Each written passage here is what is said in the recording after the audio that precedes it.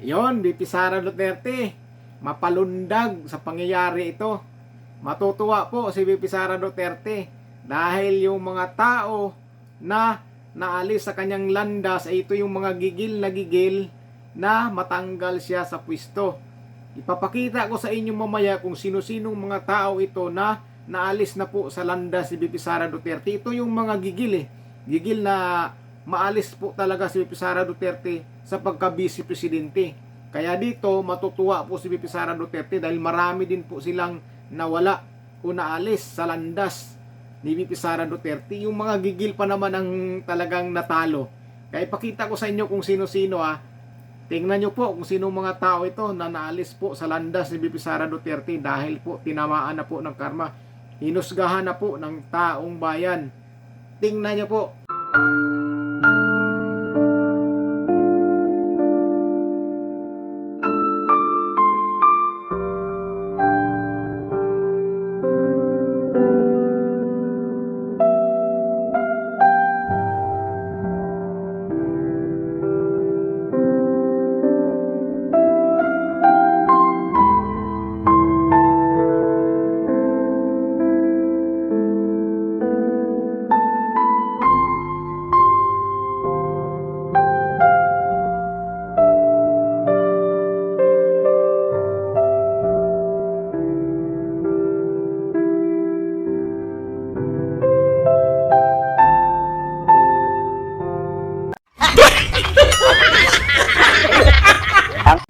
Kilala niyo naman sigurado lahat mga yan, di ba?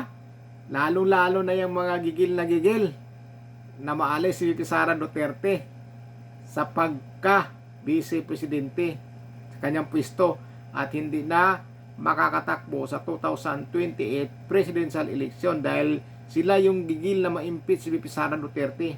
Lalo-lalo na yan si Franz Castro, si Manuel, si Brusas, si Abante, si Kimbo, si Dan Fernandez, si Pimentel. Yan si Pimentel.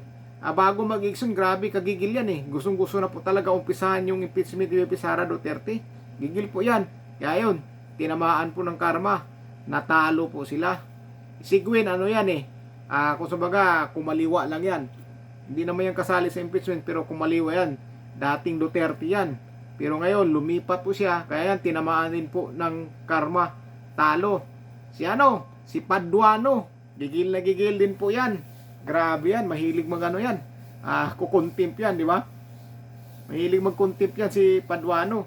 Kaya malaking bagay po itong mga nawawala ngayon sa landas ni VP Sara Duterte. Kaya ikakatuwa ni VP Sara Duterte po talaga ito na maraming naalis na mga gigil na matanggal siya sa pwesto.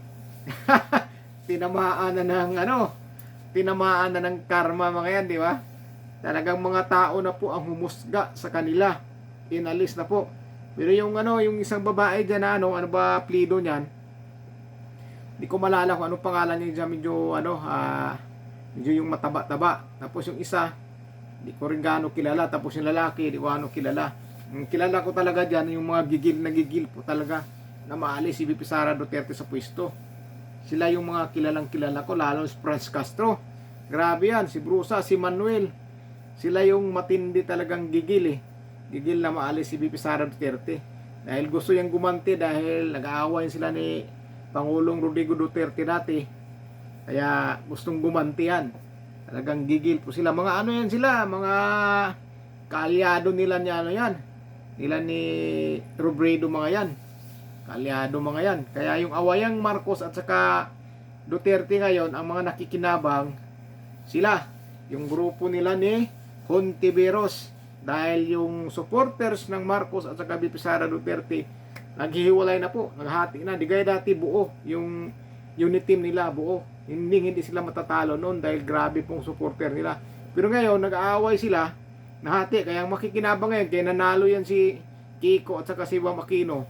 Dahil nga, nahati na yung buto ng Duterte at Marcos. Yung mga supporters, naghiwalay-hiwalay na. Kaya sila po ang nakikinabang. Dahil sa kagagawa nitong mga gigil na to, sila itong mga gigil talaga na matanggal si VP Sara Duterte. Kaya si VP Sara Duterte, nagagalit sa administrasyon. Pero ito yung may mga pakana sila may pakana na matanggal si VP Sara Duterte. Siyempre, nagagalit si VP Sara Duterte dahil hindi naman napipigilan ni Presidente Bongbong Marcos, di ba? Pero ang nakikinabang ngayon, itong sinasabing mga dilawan, sila yung nakikinabang dahil mapalakas sila Dahil yung supporters nga ng Duterte at Marcos, maghihiwalay na. Hindi na solido, di ba? Hindi na solido. Pero kung solido yan, hindi mananalo yung sila yung mga senador nila, hindi mananalo. Kung solid pa rin yung unity, sigurado baka malamang yung 12 na senatorial line-up ng unity, mananalo lahat kung hindi sila nagkahiwalay ni VP Sara Duterte at President Bongbong Marcos. Yung mga dahilan kasi diyan, kaya nag-aawa yan sa impeachment yan nag-umpisa.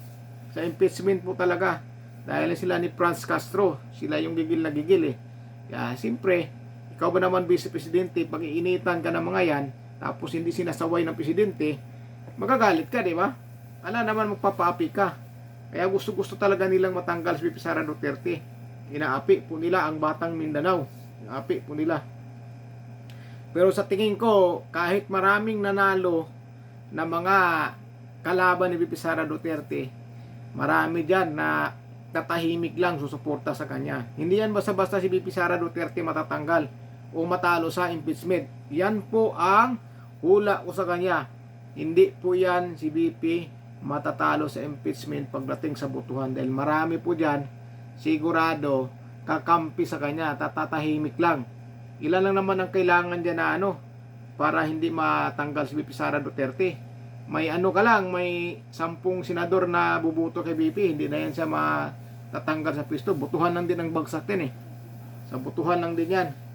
Pagka lumamang ang majority, tanggal si VP. Pero pagka hindi naman, talagang napakarami sa kanila na gusto matanggal si VP, matatanggal siya.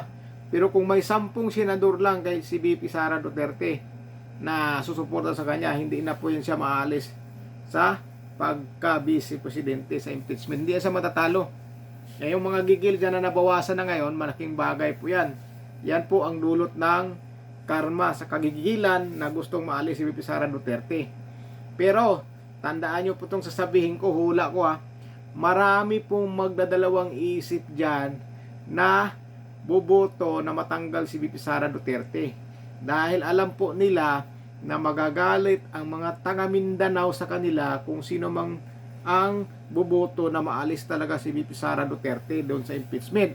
Alam naman po natin mga politiko, kailangan po nila ang boto ng tao para sila maluklok sa pwesto. Pagka ang buong Mindanao magagalit sa kanila, hindi na sila makakampanya doon sa Mindanao dahil magagalit po ang mga tao doon kapag inalis po nila si VP Sara Duterte. Kaya marami dyan magdadalawang isip po talaga. Marami dyan. Lalong-lalo na yung mga gahaman sa pwesto, yung gusto hindi maalis sa pwesto, magdadalawang isip yan. Dahil biruin mo, halos buong Mindanao ang magagalit sa'yo. Siyempre, taga Mindanao yung inalis nyo Yan na nga lang yung kaisa-isang mataas na opisyal na nanggagaling sa Mindanao, aalisin nyo pa, tatanggalan nyo pa ng pwesto. Diba? Kaya ngayon, ang taong bayan sa Mindanao magagalit sa kanila. Magagalit. Kaya magdadalawang isip mga yan, mga politiko yan Kailangan nila ang boto ng tao kapag tumakbo sila ulit, magpare-elect sila ulit. Siyempre, mangangampanya sila sa Mindanao, lalo-lalo na kung senador ang tatakbuhan nila. Di ba? Ngayon, kung ako senador, papatanggal ko si VP Sara, tapos magpare-elect ko sunod na eleksyon, o pagdating ng 6 years ng term, hindi ka ngayon makakapunta sa Mindanao dahil alam mo, galit ang taong bayan sa'yo.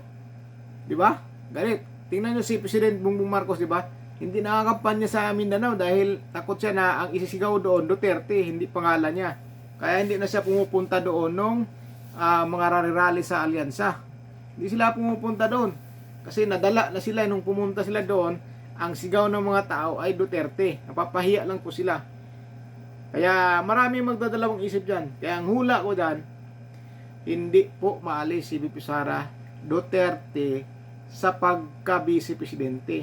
At pagdating sa 2028 presidential election, maraming magbabaliktaran dyan at kakampi kay VP Sara Duterte dahil alam po nila napakalakas po si VP Sara Duterte. Malakas po. Makikita po natin na talagang mananalo si VP Sara Duterte. Kaya yung iba dyan o karamihan dyan, lilipat dyan dahil alam naman po natin ang politika, kung saan ang malakas, doon po yan sila. Kaya maraming magdadalawang isip po talaga dyan. At saka pag malapit na po ang 2028 presidential election, marami na po ang tatawid sa bako dyan ang lilipat kay VP Sara Duterte. Dahil siyempre matatakot sila, baka mamaya magiging pangulo si VP Sara Duterte, nako, yari po sila. Yari po sila. Sigurado yan. Sigurado po. Ala naman magpapaapi na lang si VP Sara Duterte kahit maging pangulo na siya, di ba? Pero ang importante ngayon, masaya si VP Sara Duterte ngayon dahil naalis yung mga gigil na ma-impeach siya o matanggal siya sa pwesto. At isa pa, lahat ng pamilya niya nananalo, kaya talagang mapatalon si VP Sara Duterte sa saya o sa tuwa dito sa pangyayari ngayon. Nananalo ang pamilya, natatalo yung mga taong gigil sa kanya sa impeachment niya. Ano po ang masasabi nyo dito tungkol sa mga gigil na naalis na po sa landas si VP Sara Duterte? I-comment nyo po sa baba kung natutuwa ba kayo o hindi. At i-comment nyo rin po sa baba kung ano po ang tingin nyo sa pagdating ng impeachment ni VP Sara Duterte, kung matutuloy yan sa June ba o July.